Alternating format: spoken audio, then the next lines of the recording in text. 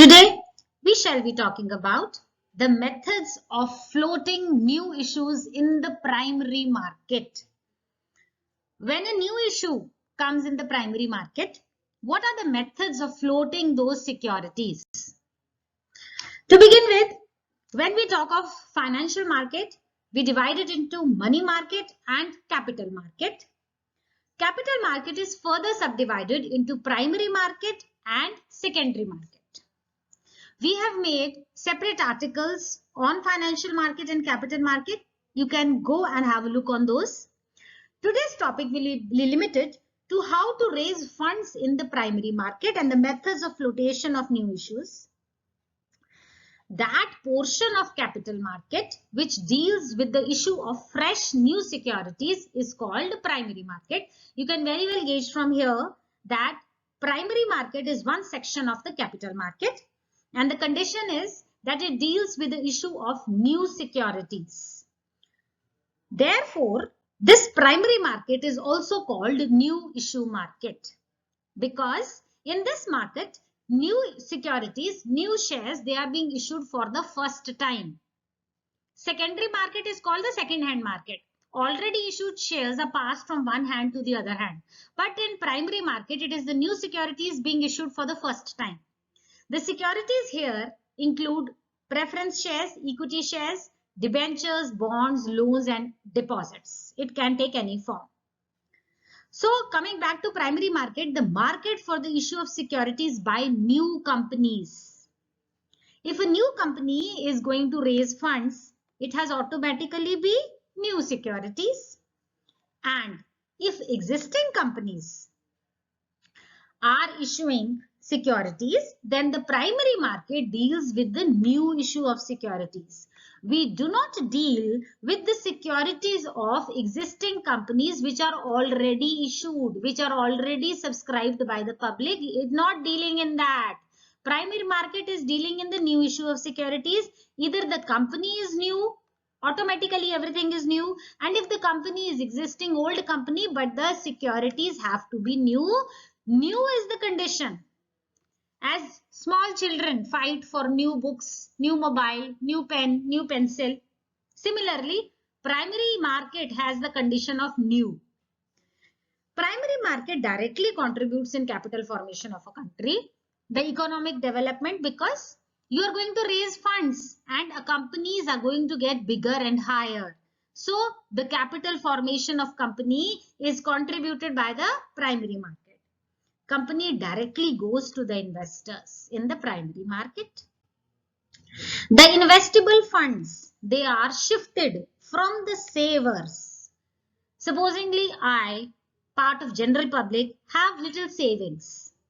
Now these savings will be invested in the securities market. So my money, the small savings, they are being shifted from the savers to the business firm, to the entrepreneurs. So the investable funds, they take a jump from the households to the entrepreneurs, and this is how the money is used in capital formation. Now, this is clear to you that the securities are being issued for the first time. The funds will be collected. They will be used either to establish the new enterprises, because in case of new companies, primary market issues new securities. And if primary market is dealing with existing enterprises, then what do they do with these new securities? They expand the original ones. They get new projects, expansion of the old enterprise, diversify their business, the mergers, acquisition, takeovers, all this come up. So the funds are used for these purposes and when the new securities are being issued. Talking about the methods on how to float shares in the primary market, we have 5 main topics. Offer through prospectus or IPO. IPO is the initial public offer which a company makes. Second is the offer for sale, private placement, right issue and the e-IPO, electronic IPO. I will be taking one by one these topics and we will be discussing them. The first is offer through prospectus. Now, what is a prospectus? I have already made an article regarding it. To brief here, whenever we join a school, college or a university, First of all, we study a document which is called the prospectus. It is shows the mirror image of the institute. It is a document which tells you about that working of that institute, about the alumni, about the faculty, about the staff, the area covered, what is the vision of that school or the university, the merits, all these are reflected in the prospectus. Similarly, in the case of a company, when a new company comes into existence, what does it do? It has to invite general public to come and subscribe the shares, but before inviting them, it gives an advertisement regarding its own self. How will the people come to know about that company? Supposing a new company is coming up in Delhi and I live in a remote area of the country, how will I come to know that so and so establishment is coming up and there is possibility that I subscribe to that share capital? I won't be able to know it because I'm living so far. So how does the company approach me? Company approaches me through prospectus. Prospectus is a sort of advertisement which the company tries to attract the general public. The people come to know about the company through the prospectus. Before investing in a company, I would like to know about its past financial performance, the future prospects of the company, because I'm going to invest my hard-earned money in the shares.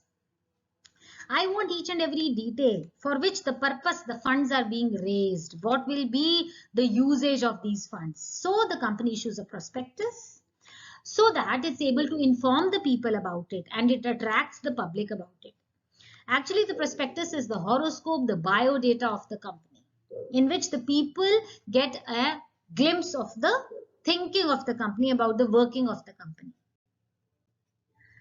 Now, the method offered through prospectus or the initial public offer, it is the most popular method to raise funds in the primary market by the public companies. The company invites subscription from the public by issuing a prospectus. It is actually a direct appeal to the investors that come and invest in our company. The company wants to raise the capital, so it gives advertisement in the newspapers and the magazines to inform the people. It helps the public to know about the risk factors involved for the company and what is the earning potential of the company. The people come to know about it, and that is how they decide whether it's suitable for them to invest or not, whether their money will be in the safe hands.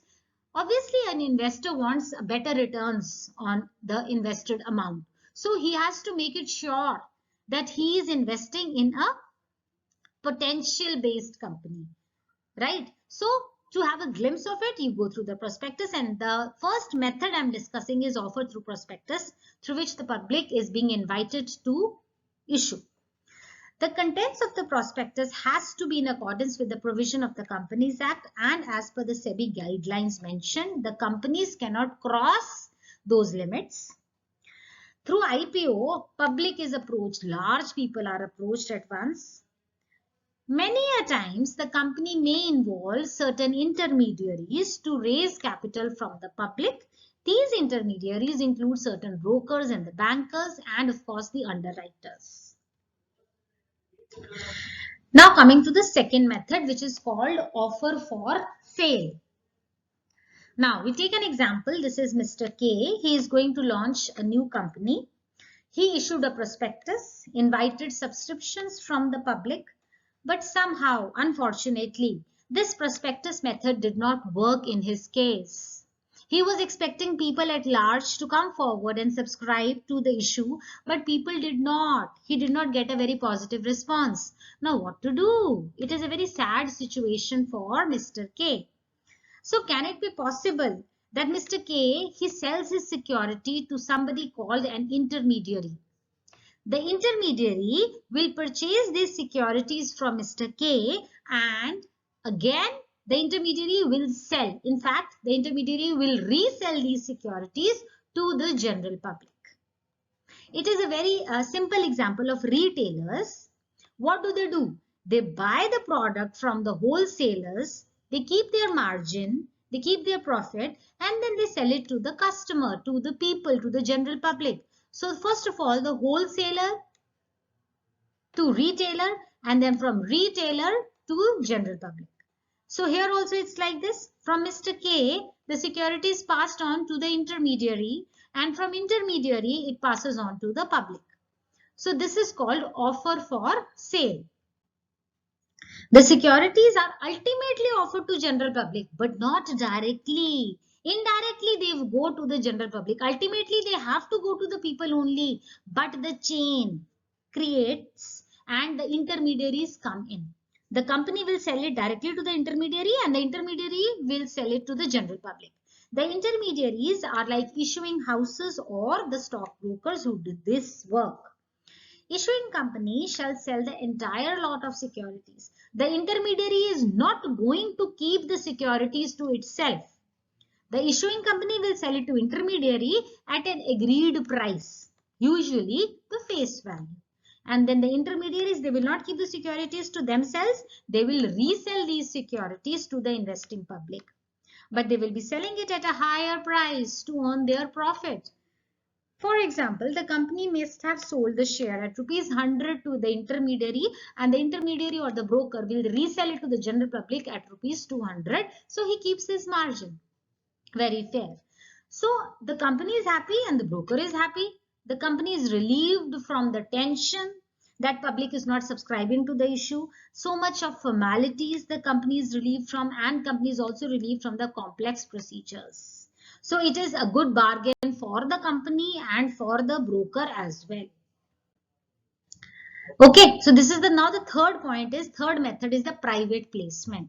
We again take the example of Mr. K. He is going to start his new company. He has to issue shares to raise the funds. Okay. Now Mr. K has super duper rich relatives who are billionaires. Mr. K talked to those relatives about his new venture, and the relatives, they were readily happy to invest in his company, and those relatives bought the shares from Mr. K. Mr. K got the funds. The securities got sold out immediately to the relatives. The purpose gets solved. The funds are in the hands of Mr. K. This is called private placement, which is the third method. No prospectus was required. Just by the word of mouth, the shares were sold. No broker was required. You save on the money. Immediate funds you get within seconds. No wastage of time. The previous two methods, they can be expensive and time consuming because they involve compulsory and non-compulsory expenses. So it's a very lengthy procedure in the first two methods. This private placement method is relatively less time consuming. Now the people whom privately the shares are being sold, they can be your friends, they can be your relatives, they can be your neighbors, anybody who is ready to buy your shares directly from Mr. K. Now, in the last slide, I gave you an example that the relatives are buying the shares. But in the private placement method, the securities can also be sold to an intermediary at a fixed price. But the intermediary is going to resell it, but not to the public. See, in the method of offer for sale, the intermediary is ultimately going to approach the general public to sell the shares. But in the method of private placement, intermediary exists here as well, but he is not going to the general public. He is going to resell these securities for sure, but he is going to resell it to the selected clients at a higher price. In offer for sale, the intermediary will go to the general public to resell the shares, but in the private placement method, the intermediary is going to selected clients. The issuing company may issue a prospectus which will give the details about the objectives and the future prospects of the company, but this will be, the prospectus will be aiming at the reputed clients, the relatively rich clients prefer to buy the securities from the intermediary just to convince the reputed clients, not to convince the general public. The intermediaries, they will issue securities to selected clients like LIC, UTI, General Insurance. So this method helps to raise the capital more quickly than a public issue. Many a times, small and new companies, they cannot afford a public issue because it is expensive. So they generally choose this third method, which is called private placement. The company will save itself from underwriter fee expenses, manager fee, agent commission. There are a lot more list of expenses which the company will save itself in the method of private placement. The fourth method is the right issue. Let's take an example. There is a K company which has already issued 10,000 shares to the general public. People are happy, Mr. K is happy. Company is going very good. Now this K company wants to expand the business, diversify the business, and nothing happens without money. So this company wants more capital. Company decides to issue another lot of 5,000 more shares. 10,000 shares are already issued to the public and 5,000 more shares have now to be issued. Now it will again go to the general public to ask people to subscribe to its new venture. But K company is already having existing shareholders and the company is going to ask existing shareholders whether they want to buy more shares of the same company. It can be possible that the existing shareholders are interested in buying more shares. If existing shareholders are happy and agree to buy more shares of the K company, then K company will not look for new shareholders. What is the need? Existing ones only will buy more shares. Supposingly, you have a wedding in your house and you give the photography contract to a person and he does very nice photography. Then another wedding comes up in your house. What will you do? You will approach the old photographer person to come and do the wedding photography for you because you are happy with the old person. So you will definitely approach the old person. You come and take the contract again. If he says no, then you will look for a new person. Similarly, the K company is going to ask the existing shareholders that please subscribe to my fresh shares. If the existing shareholders, they were getting a profit on the old shares, they will be very happy. They will be very interested to invest in K company. So this is called rights issue. It is the issue of new shares to whom? To existing shareholders.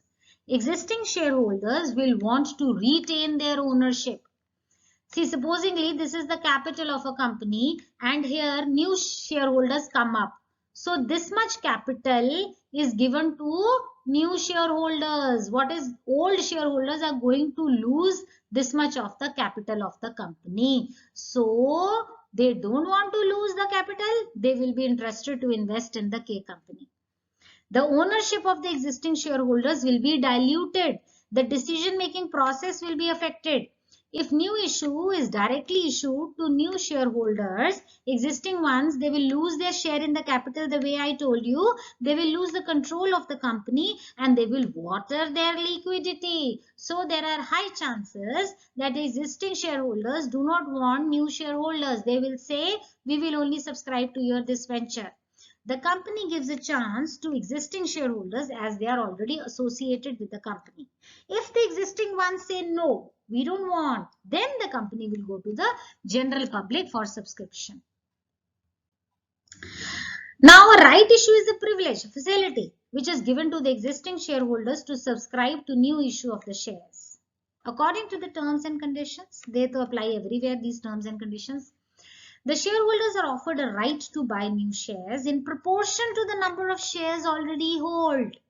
Supposingly, those who are holding 10 shares, they can buy 2 more. Those who are holding 50 shares, they can buy 10 more. In any proportion, the company can fix this proportion.